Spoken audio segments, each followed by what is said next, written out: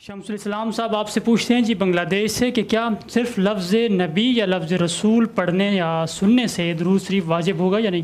دیکھیں، نبی کریم صلی اللہ علیہ وسلم کا اسم گرامی جب آئے تو اس وقت درود پڑھنا ہوتا ہے۔ تو اگر قرائن سے یہ متعین ہو جائے کہ یہ جو لفظ نبی یا لفظ رسول بولا جا رہا ہے یہ ہمارے آقا صلی اللہ علیہ وآلہ وسلم کے لیے بولا جا رہا ہے تو پھر تو درود شریف پڑھنا ہوگا۔ پہلی بار پڑھنا واجب ہے اور بعد میں ہر بار پڑھنا مستحب ہے۔ لیکن اگر قرائن سے یہ معلوم ہو کہ اس نبی یا رسول کے لفظ سے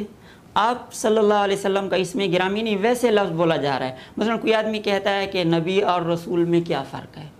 تو اس میں نبی کا جو لفظ ہے ظاہر ہے کہ وہ آپ صلی اللہ علیہ وسلم کے لیے نہیں بولا جا رہا ہے، ایک اپنے عمومی مفہوم میں بولا جا رہا ہے۔ یا کوئی آدمی کہتا ہے کہ عیسیٰ علیہ السلام اللہ کے نبی تھے، نوح علیہ السلام اللہ کے رسول تھے، تو اب یہاں جو رسول اور نبی کا لفظ بولا جا رہا ہے تو ظاہر ہے کہ یہ نبی کریم صلی اللہ علیہ وسلم کے لیے نہیں بولا جا رہا، تو اس پر درود پڑھنا یہ وہ نہیں ہے، یعنی درود نہیں پڑھا جائے گا۔ اور جہاں پہ قرائن سے یہ طے ہو جائے کہ یہ ہمارے آقا صلی اللہ علیہ وسلم کے لیے بولا جا رہا ہے، خواہ وہ ظاہر لفظ ہو یا کوئی اس میں ضمیر ہو، مثلا آپ اس طرح آپ صلی اللہ علیہ وسلم کی طرف اشارہ ہو تو وہاں بھی درود پڑھنا چاہیے۔ ٹھیک ہے۔